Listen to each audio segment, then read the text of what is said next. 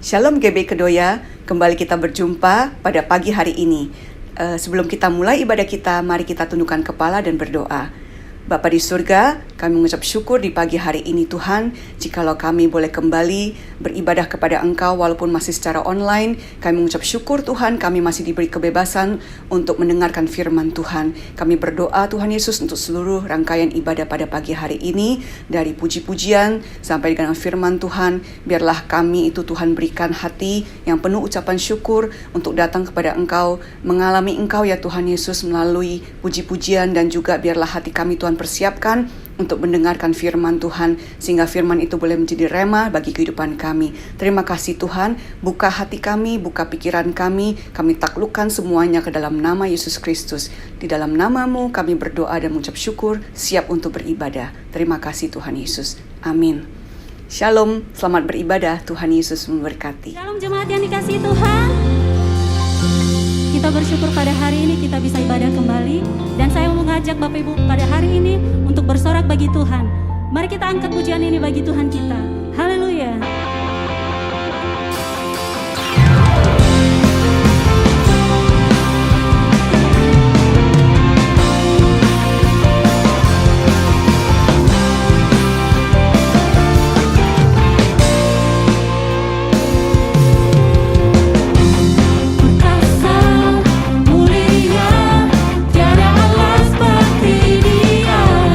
Yesus hidup dan berkuasa.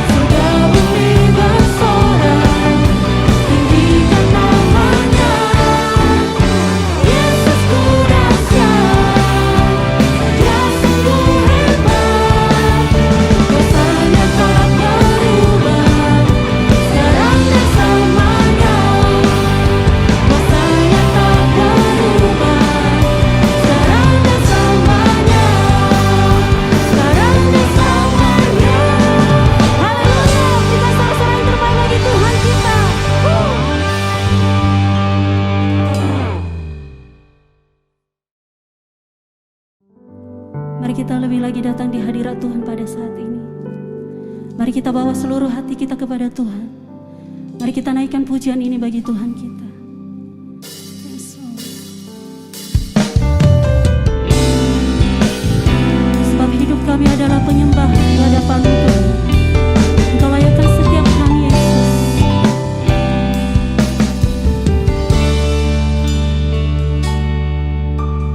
Pujian dan syukurku ku bawa padamu dengan rendah hati ku persembahkan.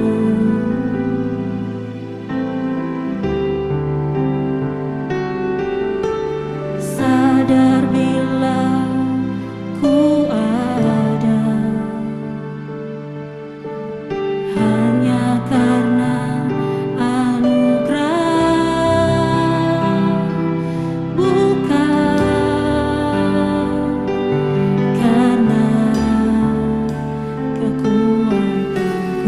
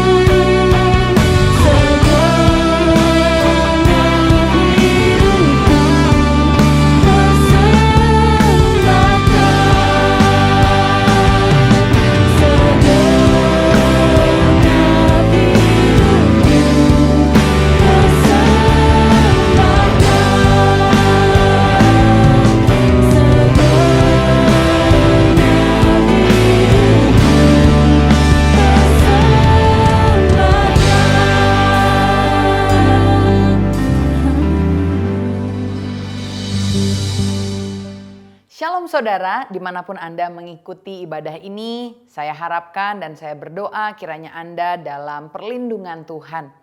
Senang sekali saya Jessica Abraham dapat kembali mengajak saudara untuk merenungkan firman Tuhan yang hari ini bertemakan mengenai uang.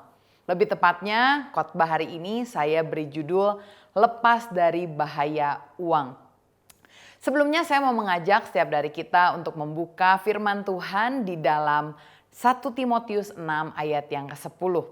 Firman Tuhan berkata, karena akar segala kejahatan ialah cinta uang. Memang uang menjadi satu topik yang sensitif. Uang sendiri mungkin sebuah benda mati yang tidak punya kekuatan. Tetapi sebagaimana firman Tuhan katakan, kecintaan akan uang inilah yang menimbulkan berbagai-bagai kejahatan. Kalau kita lihat pertengkaran, rumah tangga, keluarga, suami istri, anak, orang tua, menantu, bahkan tindakan kejahatan, ada penipuan, ada pencemaran nama baik, ada bahkan saling bunuh-membunuh. Itu semua disebabkan karena kecintaan kepada uang. Karena itulah saya mau mengajak setiap dari kita untuk merenungkan kebenaran firman Tuhan mengenai uang. Bagaimana agar hati kita tidak terjerat di dalam cinta akan uang. Karena itu sebelumnya saya mau mengajak setiap dari kita untuk menundukkan kepala, kita berdoa. Bapa, kami mengucap syukur kalau pada hari ini kami kembali bisa merenungkan firman-Mu. Terangi hati kami Tuhan ketika kami mau membahas mengenai keuangan di dalam kehidupan kami. Ajarkan kami untuk dapat melihat kebenaran firman Tuhan. Sehingga hati kami, hidup kami tidak dikuasai oleh uang. Tetapi kami bisa mempergunakan uang sesuai dengan apa yang Engkau mau. Kami membuka hati kami, silahkan Engkau berbicara. Hanya di dalam nama Tuhan Yesus Kristus kami berdoa dan mengucap syukur. Yang siap untuk merenungkan firman Tuhan, sama-sama kita katakan amin. Prinsip yang pertama mengenai keuangan kita akan lihat di dalam kitab 1 Timotius pasalnya yang ke-6 ayatnya yang ke-17. Firman Tuhan katakan, peringatkanlah kepada orang-orang kaya di dunia ini agar mereka jangan tinggi hati dan jangan berharap pada sesuatu yang tak tentu seperti kekayaan, melainkan pada Allah yang dalam kekayaannya memberikan kepada kita segala sesuatu untuk dinikmati. Amin. Rasul Paulus mengingatkan kepada Timotius untuk memberitakan kepada orang-orang kaya agar mereka tidak menambatkan kepercayaannya, menambatkan hatinya kepada kekayaan. Mengapa? Karena firman Tuhan katakan semua kekayaan ini merupakan pemberian dari Tuhan. Prinsip yang pertama yang harus kita ketahui untuk hati kita tidak terjerat kepada uang adalah kita harus menyadari benar bahwa uang, segala kekayaan, aset apapun yang kita miliki itu semuanya hanya dari Tuhan. Saya teringat ada satu kisah, ada seorang dari pedalaman yang di kampungnya mengalami kesulitan air. Ketika dia diundang untuk main ke kota, pada saat itu apalagi dia diberikan sebuah tempat penginapan di hotel yang mewah, dia sangat senang. Dan salah satu hal yang paling membuat dia amazed adalah adanya satu benda yang mengkilap, yang ajaib, di mana ketika benda itu dibuka, benda itu bisa mengeluarkan air bersih. Pemuda ini teringat, aduh kalau di kampung saya mau cari air bersih, jauh sekali. Harus berjalan berkilo-kilometer. Harus ambil ember, harus mencedok air dan dibawa kembali lagi. Dan dia harus lakukan banyak sekali hal-hal untuk menyaring air tersebut sehingga air tersebut bisa digunakan dan jadi bersih. Tapi di kota dia bilang, wah keren banget nih ada alat ini. Akhirnya dia bertanya sama pegawai hotel dan dia bilang gini, Pak tolong kasih tahu saya. Ini apa ya Pak? Ini apa? Oh ini namanya keran. Keren banget. Dia bilang, nanti kalau saya mau pulang, saya mau bawa benda ini sehingga saya bisa pakai di pedalaman, dia bilang. Akhirnya benar, sebelum dia pulang, dia minta sama kenalannya untuk dibelikan keran. Kenalannya bingung, untuk apa ya dia beli keran? Tapi ya mungkin dia butuh atau gimana, akhirnya dia belikan keran dan kemudian dimasukkan ke dalam box. Dia bawa ke rumahnya di pedalaman. Dan sesampainya di sana dia sangat bersuka cita dan dia bilang, "Weh, ini loh saya punya benda berkilau ajaib. Teman-teman ayo kumpul, kita semua lihat ya. Ini ada mujizat terjadi." Akhirnya dia keluarkan keran itu dan dia ingat, oh ya waktu di kota keran ini harus ditempel dulu ke tembok. Akhirnya dia bawa keran tersebut, dia tempelkan ke tembok dan dia minta teman-temannya hitung. 1, 2, 3, dia buka kerannya. Dan apa yang terjadi? Tidak ada air yang mengalir. Dia bingung. Dia mikir, wah kenapa ya? Oh mungkin harus dibawa di posisinya mungkin harus agak tinggi. Dia naikkan kerannya dan dia tutup kembali. Dia coba lagi dan dia minta teman-temannya hitung. 1, 2, 3. Dibuka lagi. Tidak ada air yang mengalir. Kenapa bisa begitu ya? Karena kita tahu yang membuat air mengalir itu bukan sekedar kerannya. Tetapi ada yang kita sebut sebagai water torrent. Di atas tabung besar di mana kita sudah tampung airnya. Dan ketika si keran itu dibuka, dia akan menyalurkan air dari water torrent ke pipa kemudian ke keran. Dan kita tahu air itu didapatkan bukan hanya dari keran saja. Ilustrasi ini menggambarkan tentang pengertian kita mengenai berkat. Di dalam kehidupan kita, jenis keran bisa berbeda-beda. Ada mungkin orang yang kerannya usaha bisnis. Ada orang yang kerannya berupa gaji pokok setiap bulan. Ada orang yang kerannya mungkin komisi dari sales atau dari marketing dan sebagainya. Dan kita sering berpikir bahwa keran-keran inilah yang memberikan kita uang, yang memberikan kita aset. Sehingga ketika keran kita ditutup oleh orang lain, mungkin ada tender yang harusnya menjadi milik kita tapi diambil sama orang lain. Ada sales yang harusnya closing oleh kita, ternyata diambil sama teman marketing kita dan kita menjadi marah. Ingat, itu hanya keran. Ingat bahwa water torrent-nya itu bukan berada di bisnis atau usaha saudara. Kita perlu ingat bahwa apa yang kita terima semuanya berasal dari Tuhan. Karena itulah kita perlu melihat kalau hati kita menjadi panas, hati kita menjadi sebal, menjadi kesal, jadi benci sama orang yang kita anggap menutup keran kita, mengambil keran kita. Marilah kita sadari bahwa Tuhanlah pemberi segala kekayaan kita. Sehingga di dalam kehidupan kita benar-benar bukan hanya harus mengejar, kita tidak boleh mengejar kerannya, tetapi kita harus mengejar Tuhannya. Jangan kita sama seperti pemuda tadi, mengangkat keran kita tinggi-tinggi dan kita pamer keran kita. No, kita harus ingat bahwa itu merupakan saluran yang Tuhan berikan dalam hidup kita. Bahkan di dalam Ulangan 8 ayat 17-18 firman Tuhan berkata, "Janganlah kau katakan dalam hatimu, kekuasaanku dan kekuatan tanganku lah yang membuat aku memperoleh kekayaan ini. Tetapi haruslah engkau ingat kepada Tuhan Allahmu, sebab dialah yang memberikan kepadamu kekuatan untuk memperoleh kekayaan dengan maksud meneguhkan perjanjian yang diikrarkannya dengan sumpah kepada nenek moyangmu seperti sekarang ini." Saat kita menyadari bahwa apa yang milik kita merupakan semuanya itu dari Tuhan. Ketika ada hal-hal yang mungkin membuat kita kesel karena ada orang yang mengambil yang seharusnya menjadi bagian kita. Kita bisa lebih belajar legowo karena kita tahu apa yang telah menjadi milik kita, kalau Tuhan telah berikan kepada kita, tidak ada orang yang dapat mengambilnya. Kalau hari ini saudara sedang ada dalam sengketa, dalam pertengkaran, hanya karena uang, mari kita minta ampun sama Tuhan. Dan ingat sekali lagi, bahwa uang, kekayaan yang kita miliki, itu semua daripada Tuhan. Sementara hal kedua prinsip bagaimana hati kita tidak melekat pada uang. Bukan hanya kita bilang bahwa it's all from God.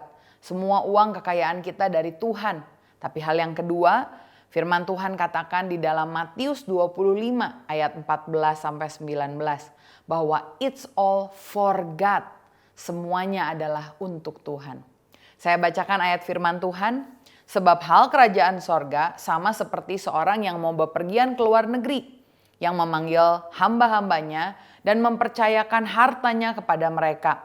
Yang seorang diberikannya 5 talenta, yang seorang lagi 2, dan yang seorang lain lagi 1. Masing-masing menurut kesanggupannya, lalu ia berangkat. Segera pergilah hamba yang menerima 5 talenta itu, ia menjajakan uang itu lalu beroleh laba 5 talenta. Hamba yang menerima 2 talenta itu pun berbuat demikian juga dan berlaba 2 talenta. Tetapi hamba yang menerima 1 talenta itu pergi dan menggali lobang di dalam tanah, menyembunyikan uang tuannya. Lama sesudah itu pulanglah tuan hamba-hamba itu lalu mengadakan perhitungan dengan mereka. Kalau saya boleh tanya, siapa sih orang yang paling keren, yang paling suka gonta-ganti mobil mewah? Tahu jawabannya? Jawabannya adalah tukang valet parking. Orang yang suka ada di mall-mall atau mungkin di gedung yang cukup sibuk, yang standby berdiri nunggu kalau ada customer datang pakai mobil, dia yang akan bantukan parkirkan mobilnya. Dan tentu mobil yang dia parkirkan berganti-ganti terus. Tergantung customernya, apakah mungkin naik mobil Lamborghini, Avanza, atau mungkin Ferrari, atau mungkin Innova dan yang lain-lain. Tapi dia mengerti dan dia tidak sombong. Ketika dia nyetir mobil Avanza, dia nggak jadi minder. Oh, karena saya biasa nyetir Ferrari. Atau ketika nyetir Lamborghini, dia bilang saya nggak jadi sombong. Karena kenapa? Dia tahu itu bukan punya dia. Itu hanya sementara. Seringkali kita dalam hidup kita, apalagi di zaman sosial media seperti ini, menganggap bahwa kekayaan kita itu adalah milik kita yang harus digunakan untuk kepentingan kita. Yang semuanya haknya adalah milik kita. Tapi kita lupa bahwa sebetulnya apa yang kita miliki suatu saat kita harus pertanggungjawabkan kepada Tuhan.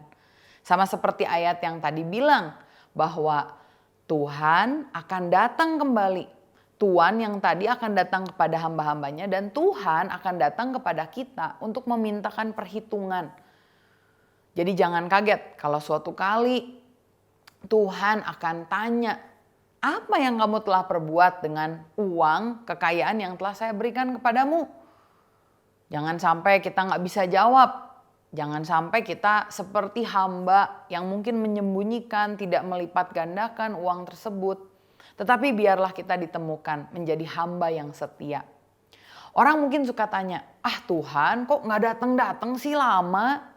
Tapi sama seperti lagu yang dulu sempat populer. Tuhan juga mungkin nyanyi. Aku hanya pergi untuk sementara.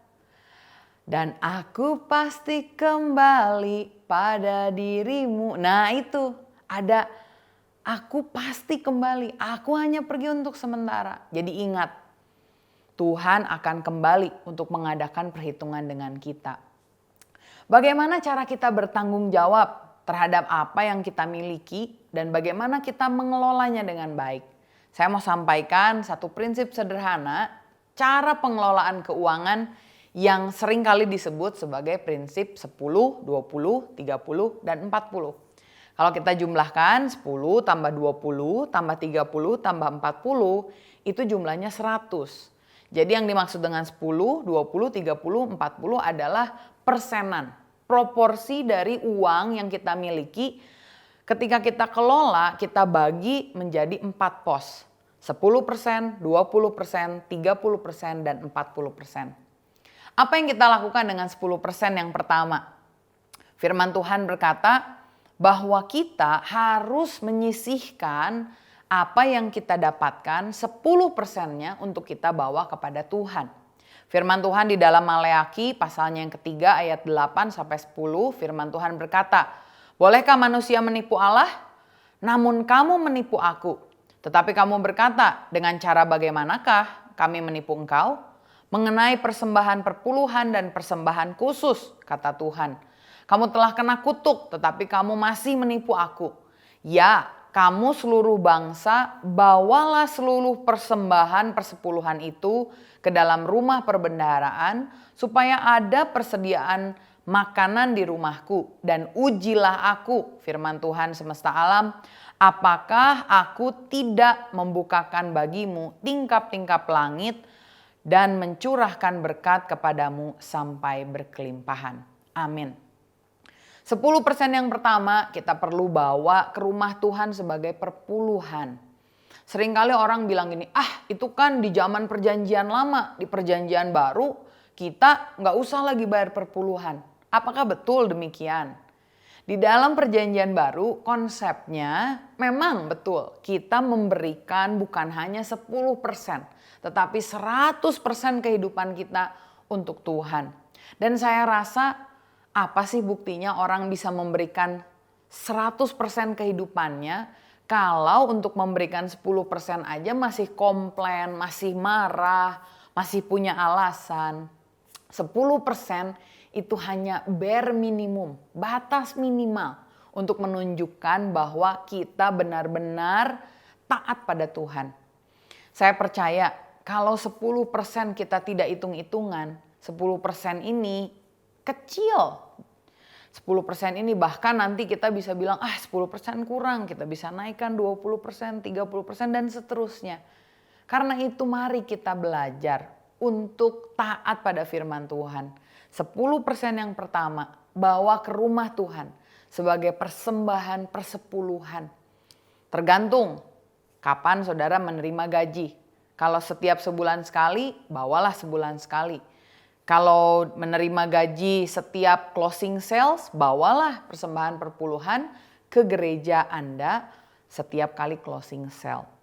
Jangan dicampur-campur. Kalau saudara bilang, saya mau memberikan ke tempat yang lain. Boleh, tapi jangan diambil dari 10% ini.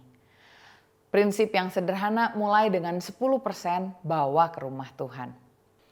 20% yang kedua kita bisa alokasikan untuk dana investasi dan tabungan. Kalau kita lihat apa sih bedanya investasi dan tabungan? Buat saya bedakan antara investasi dan tabungan menjadi dua kategori. Tabungan dan investasi berbeda di profil resikonya. Kalau menabung, ambillah resiko yang rendah, misalkan deposito, obligasi negara, pasar uang. Sementara untuk investasi, ya meskipun memang ya kita harus hati-hati karena kita tahu ada begitu banyak tawaran investasi yang menarik, tetapi tidak bisa dipertanggungjawabkan kebenarannya, bahkan uangnya seringkali dibawa kabur. Karena itu kalau saudara mau berinvestasi, coba cari. Mungkin ada proyek-proyek yang baik, yang saudara kenal betul orang yang mengerjakannya. Atau mungkin saudara bisa membeli beberapa produk investasi yang resikonya terpercaya, dalam arti ada institusinya atau mungkin ada orang-orang yang bergerak di belakangnya yang didukung oleh pemerintah. 20% untuk menabung dan untuk investasi. Kemudian 30% yang lain saudara bisa gunakan untuk melunasi cicilan. Gunakan untuk misalkan membayar rumah, membayar cicilan mobil, dan pastikan cicilan ini adalah cicilan yang produktif. Bukan berarti kalau kita punya kredit card, ya udah ambil dari cicilan 30% ini. Jangan. 30% ini khusus untuk sesuatu yang sifatnya memang bukan konsumtif, tetapi sesuatu yang dibutuhkan. Ya tadi seperti rumah, atau misalkan mobil, kendaraan, motor, dan sebagainya. Sedangkan kalau untuk mencicil kredit card, kita alokasikan ke 40% yang terakhir bersama dengan pengeluaran kita selama 1 bulan tersebut ya. 40% ini kita gunakan misalkan untuk beli makanan, untuk transportasi, untuk belanja, untuk berwisata. Dan kita harus menjaga agar jumlah yang 40% ini tidak terus membengkak. Ketika nanti gaji kita semakin besar, jumlah nominal dari 40% ini diharapkan tidak bertambah sesuai dengan proporsi. Misalkan bukan berarti ketika saudara gajinya 10 juta, pengeluaran saudara 4 juta. Tapi ketika saudara gajinya 100 juta, pengeluaran saudara jadi 40 juta misalkan. Jangan demikian ya. Karena kalau sifatnya konsumsi kita bisa batasi. Misalkan kita mau membeli sepatu. Ada kok sepatu yang harganya 100.000. Yang 1 juta ada. Yang 10 juta ada. Bahkan mau yang 100 juta pun ada. Karena itu mari kita usahakan agar lifestyle kita itu tidak terus meningkat seiring dengan pertumbuhan karir atau seiring dengan pertumbuhan gaji kita. Karena ingat ini, gaji kita selalu cukup untuk hidup, tetapi gaji kita akan selalu kurang untuk memenuhi gaya hidup kita. Bahkan di dalam firman Tuhan, Pengkhotbah 5 ayat 10 berkata, siapa mencintai uang tidak akan puas dengan uang. Dan siapa mencintai kekayaan tidak akan puas dengan penghasilannya. Hari ini apakah saudara sudah mengatur keuangan saudara dengan baik? Memberikan pos-pos yang baik dan menjaga budgeting pos itu dengan baik. Ini merupakan salah satu bentuk di mana kita bilang sama Tuhan, Tuhan, uang dan kekayaan saya ini untuk Tuhan semuanya. Bahkan ketika nanti saudara sudah lebih mahir untuk mengatur pos-pos keuangan, saya mau mengajak saudara untuk membuka satu pos lain yang saudara bisa namai pos untuk memberi. Pos ini saudara bisa pakai ketika Tuhan misalkan menggerakkan hati saudara dengan belas kasih.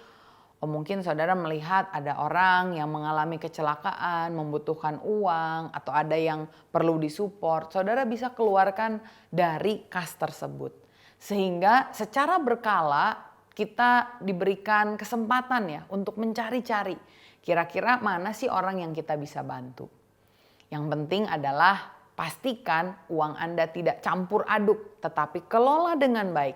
Sehingga itu bisa menjadi pertanggungjawaban kita untuk Tuhan. Prinsip yang ketiga, bagaimana caranya agar kita terlepas dari bahaya uang. Prinsip yang ketiga adalah mengetahui bahwa semua yang kita miliki semuanya adalah tentang Tuhan. Tadi yang pertama, it's all from God. Semuanya adalah dari Tuhan. Yang kedua, it's all for God. Semuanya untuk Tuhan. Dan yang ketiga, it's all about God. Semuanya adalah tentang Tuhan. Amsal 3 ayat 9-10 firman Tuhan berkata, muliakanlah Tuhan dengan hartamu dan dengan hasil pertama dari segala penghasilanmu. Maka lumbung-lumbungmu akan diisi penuh sampai melimpah-limpah. Dan bejana pemerahanmu akan meluap dengan air anggurnya. Ada orang Kristen yang menganggap bahwa pengikut Kristus tidak boleh kaya. Tapi saya mau tegaskan bahwa Tuhan rindu untuk memberikan berkat buat jemaatnya, buat orang-orang kepunyaannya, buat anaknya. Tetapi dia terlebih lagi rindu melihat orang-orang ini memberikan harta kekayaannya untuk Tuhan. Karena semua kehidupan kita adalah tentang Tuhan. Di dalam firman Tuhan, Keluaran 23 ayat 25, firman Tuhan katakan, tetapi kamu harus beribadah kepada Tuhan Allahmu, maka Ia akan memberkati roti makananmu dan air minumanmu, dan aku akan menjauhkan penyakit dari tengah-tengahmu. Tuhan rindu untuk memberkati setiap dari kita. Tetapi kita juga harus terlebih rindu untuk memuliakan Tuhan dengan segala apa yang kita miliki. Sebab nanti kalau kita sudah meninggal, apa sih yang akan kita bawa? Seberapa sih rumah yang akan kita masukkan ke dalam liang lahar? Seberapa banyak uang yang saudara mau bawa? Bahkan kalau kita boleh jujur, seperti apa yang Ayub katakan, dengan telanjang aku datang ke dunia ini. Dan sekaya apapun kita, dengan telanjang pula kita akan kembali kepada Tuhan. Dan kapankah waktu yang tepat untuk kita bisa memuliakan Tuhan dengan harta kita? Kalau tidak kita semasa kita hidup ini. Karena nanti kalau kita mati, uang sudah tidak lagi menjadi hal yang kita perlu hiraukan. Kalau kita nanti di sorga sana, emas pun kita injak-injak, permata pun menjadi dekorasi. Karena itu mari kita belajar memuliakan Tuhan dengan harta yang kita miliki. Bagaimana caranya? Salah satu di antaranya ada di dalam Matius 6 ayat 19 sampai 21. Firman Tuhan katakan, janganlah kamu mengumpulkan harta di bumi. Di bumi ngengat dan karat merusaknya, dan pencuri membongkar serta mencurinya. Tetapi kumpulkanlah bagimu harta di sorga. Di sorga ngengat dan karat tidak merusakannya, dan pencuri tidak membongkar serta mencurinya. Karena di mana hartamu berada, di situ juga hatimu berada. Cara mentransfer kekayaan kita dari bumi ke sorga adalah di dalam Lukas 16 ayat 9. Dan aku berkata kepadamu, ikatlah persahabatan dengan mempergunakan mamon yang tidak jujur, supaya jika mamon itu tidak dapat menolong lagi, kamu diterima di dalam kemah abadi. Hari ini Tuhan mempercayakan kita dengan uang, mamon yang ada di dompet kita, kekayaan yang ada di deposito kita, di portfolio investasi kita. Bagaimana caranya kita transfer ke sorga? Adalah dengan kita memakai uang ini untuk pekerjaan Tuhan. Kita menggunakan uang yang kita miliki untuk membangun relasi yang mempertemukan orang tersebut dengan Tuhan. Saya rasa ini adalah salah satu cara yang sangat efektif. Kalau kita lihat terutama di Indonesia, ada begitu banyak orang yang membutuhkan uluran tangan kita. Kita melihat ada begitu banyak kesenjangan secara ekonomi. Dan inilah yang menjadi tugas kita. Agar di dalam kehidupan kita, kita menjadi orang yang bermurah hati. Orang yang generous. Kita menolong mereka bukan untuk kepentingan kita. Tetapi kita menolong mereka agar mereka bisa melihat siapa Tuhan di dalam kehidupan kita. Ada perkataan yang bilang, kalau mau ambil hatinya harus masuk dari mulut dan perutnya. Seringkali ada orang-orang yang memang tertutup hatinya untuk menerima Injil. Tetapi ketika mereka kita bantu, kita berikan makanan yang cukup, kita penuhi kebutuhan jasmani mereka. Bukan tidak mungkin suatu saat mereka membuka hati mereka untuk menerima Tuhan Yesus. Dan saat itulah terjadi transfer harta. Harta di bumi yang sudah tidak berarti lagi diubahkan menjadi harta di sorga, yaitu jiwa-jiwa yang kita menangkan untuk Tuhan Yesus. Ketika kita melakukan hal-hal tersebut, sebetulnya secara tidak langsung kita sedang membuka cengkraman tangan kita. Sama seperti pistol yang ada di dalam tangan kita. Kalau kita genggam terlalu erat, pistol tersebut akan dapat berbahaya. Tetapi ketika kita buka, maka uang yang diibaratkan pistol tadi menjadi tidak berbahaya. Uang bisa digunakan untuk keperluan-keperluan sorgawi. Firman Tuhan di dalam 2 Korintus 9 ayat yang ke-10, firman Tuhan berkata, Ia yang menyediakan benih bagi penabur dan roti untuk dimakan. Ia juga yang akan menyediakan benih bagi kamu dan melipat gandakannya dan menumbuhkan buah-buah kebenaranmu. Kamu akan diperkaya dalam segala macam kemurahan hati yang membangkitkan rasa syukur kepada Allah oleh karena kami. Pesan saya, firman Tuhan berkata, Tuhan memberikan kita roti dan benih. Roti untuk dimakan dan benih untuk ditabur. Jangan saudara salah, jangan pernah memakan roti dan benih. Karena benih ketika kita makan tidak membuat kita kenyang. Tetapi benih itu diberikan Tuhan untuk kita tabur. Karena itu ketika saudara sekarang mendapatkan uang, mari saudara tanya, Tuhan ini roti atau benih? Tuhan apakah ini saya boleh pergunakan untuk mengenyangkan perut saya, mengenyangkan keluarga saya, ataukah harus saya tabur untuk menjadi benih-benih yang tumbuh membuahkan hasil. Taburnya bisa ke berbagai tempat. Saya percaya ketika saudara melihat tempat-tempat dengan compassion, dengan belas kasih. Ketika Tuhan gerakkan hati saudara, mari bergerak. Tabur bukan hanya doa, bukan hanya daya, tapi saudara berani untuk menabur dana. Karena kita percaya bahwa uang, aset adalah semuanya milik Tuhan. Tuhan yang berikan buat kita. Tuhan mau kita gunakan untuk keperluan Dia. Tuhan mau kita kelola dengan baik. Dan saat itu terjadi, uang tidak akan menjadi sesuatu yang berbahaya bagi kehidupan kita. Tetapi justru uang bisa kita nikmati dan membawa kebahagiaan bagi kehidupan kita. Saya mau tutup dengan satu kisah tentang seorang anak yang dibawa oleh ayahnya sengaja berkunjung ke sebuah desa yang terpencil di mana ayahnya mau membanggakan pencapaian dirinya. Ayahnya memang diberkati dan punya banyak uang ya, dan anaknya ini yang tidak pernah hidup susah, ayahnya bawa untuk bisa bangga sama ayahnya. Dan akhirnya selama seminggu dia dibiarkan tidur bersama keluarga petani miskin. Dan setelah seminggu berlalu ayahnya tanya, "Gimana kamu? Udah menyadari kan betapa enaknya nih rumah kamu? Ada AC, ada TV, ya, ada mobil." Tapi anaknya bilang gini, "Ayah, saya merasa miskin ketika sekarang saya pulang dari rumah petani itu. Karena setiap malam kita menonton TV, tapi di rumah petani itu meskipun tidak ada TV, dia punya layar yang besar. Layar yang menunjukkan banyak sekali rasi bintang. Ternyata setiap malam si anak ini pergi keluar melihat langit. Langit dengan bintang yang dia tidak bisa lihat di perkotaan.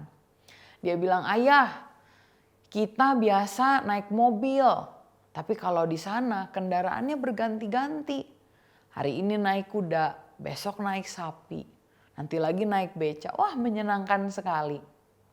Ayah, memang di rumah kita ada banyak kamar mandi. Tapi waktu saya ke sana, mereka mandi di satu tempat yang luas. Ada sungai yang mengalir. Kita bahkan bisa terjun di sana. Lebih nyaman daripada kolam renang yang kita miliki di rumah.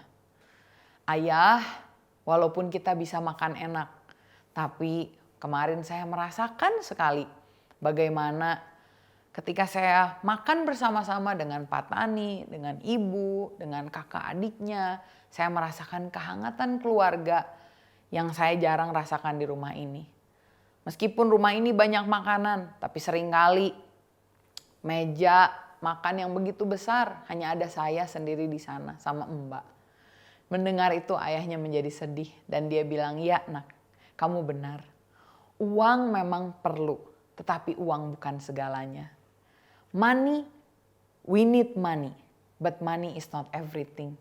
Hari ini kalau saudara sedang kesulitan dalam finance, dalam keuangan, saya mau berdoa. Kiranya hati saudara memiliki sikap yang benar terhadap uang. Dan saat kita memiliki sikap yang benar terhadap uang, kita bisa melihat uang dengan perspektif yang benar. Kita percaya bahwa Tuhan yang mempunyai segala kekayaan bisa memberkati kita, sehingga kita bisa mengelolanya dengan baik, dan kita bisa pertanggungjawabkan di hadapan Tuhan, dan kita bisa berikan semuanya untuk kemuliaan Tuhan. Amin. Mari kita tutup di dalam doa. Bapa, kami mengucap syukur kalau hari ini kami belajar mengenai uang dari Alkitab. Kami mengingat Tuhan bagaimana uang bisa menjadi sesuatu yang berbahaya, menjadi sesuatu yang memecah keluarga kami. Karena itu Tuhan, kami mau Engkau bimbing senantiasa sehingga kami tidak salah dalam kami memegang uang, menghadapi uang Tuhan. Kami tahu uang hanya benda mati. Tetapi ketika kami menaruh kecintaan kami kepada uang, maka sesuatu yang tidak membahagiakan dapat terjadi. Karena itu ajari kami Tuhan untuk selalu melihat bahwa semuanya uang kekayaan kami adalah dari Engkau. Bahwa semuanya uang dan kekayaan kami adalah untuk kami pertanggungjawabkan di hadapan-Mu. Ajar kami untuk dapat mengelola dengan benar. Dan ajar kami untuk dapat melihat bahwa semuanya uang dan kekayaan kami hanyalah untuk kemuliaan-Mu. Terima kasih Bapa, kami hanyalah hamba-hamba-Mu, pengelola. apa yang Engkau percayakan kepada kami. Kiranya Engkau menemukan kami sebagai hamba yang baik dan yang berkenan dan yang menyenangkan Engkau. Terima kasih Tuhan Yesus. Kami berdoa dan mengucap syukur hanya di dalam nama Tuhan Yesus Kristus. Haleluya. Amin. Tuhan Yesus memberkati.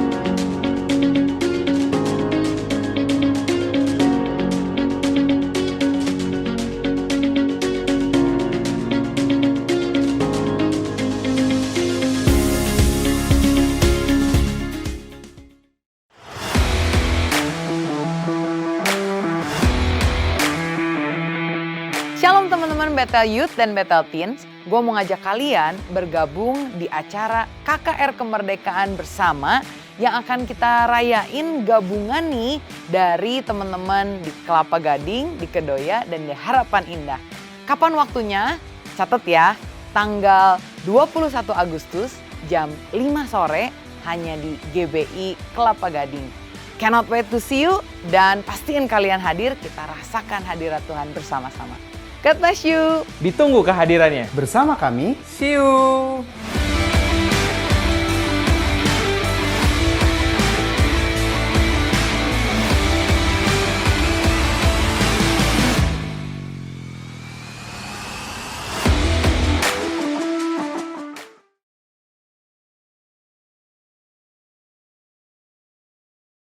Sebelum kita mengakhiri ibadah kita pada pagi hari ini, mari kita tundukkan kepala dan kita berdoa. Bapa dalam surga, terima kasih Tuhan untuk segala kasih setiamu Tuhan Yesus kepada kami. Saat ini kami ingin berdoa syafaat ya Tuhan. Kami berdoa untuk para pemimpin rohani kami.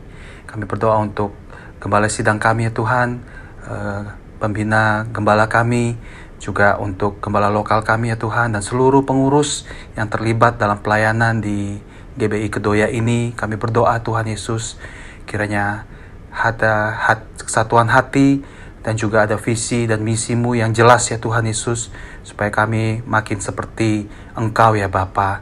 Kami boleh melayani para domba-dombamu, dan kami boleh ya Tuhan Yesus menjadi kaki tanganmu di dunia ini untuk memperlebar kerajaan-Mu. Kami juga berdoa bagi pemerintahan kami, bagi Presiden kami Jokowi, dan juga seluruh jajarannya ya Tuhan Yesus, supaya diberikan hikmat, roh takut akan Engkau ya Tuhan Yesus ada dalam hati mereka. Kami berdoa ya Tuhan Yesus, kiranya pertolongan dan belas kasihan-Mu untuk negara Indonesia ini. Terima kasih Tuhan, biarlah ada roh pertobatan ya Tuhan Yesus, ada kebangunan rohani ya Tuhan bagi negara Indonesia ini. Terpujilah nama-Mu ya Tuhan. Kami berdoa dan mengucap syukur. Amin. Saudara, saya percaya kita diberkati oleh firman Tuhan pada hari ini. Dan biar setiap di antara kita merasakan sungguh-sungguh Tuhan menyertai kepada setiap di antara kita. Kita akhiri ibadah kita dan kita panjatkan berkat yang daripada Tuhan. Angkat tanganmu, angkat hatimu, dan terimalah berkat Tuhan. Biar berkat daripada Allah Bapa, kasih daripada Tuhan Yesus Kristus, persekutuan dan penghiburan Roh yang Kudus biar itu tinggal di dalam hidup saudara dan saya. Sehingga setiap kita boleh mewarnai hidup ini bersama dengan Tuhan di hari-hari ke depan. kita tetap berpengharapan hanya di dalam Kristus. Terima kasih Tuhan, kami percaya berkat ini akan menyertai setiap di antara kita, mulai dari sekarang bahkan sampai selama-lamanya. Yang percaya bersama-sama kita katakan, amin. Tuhan memberkati, salam sehati.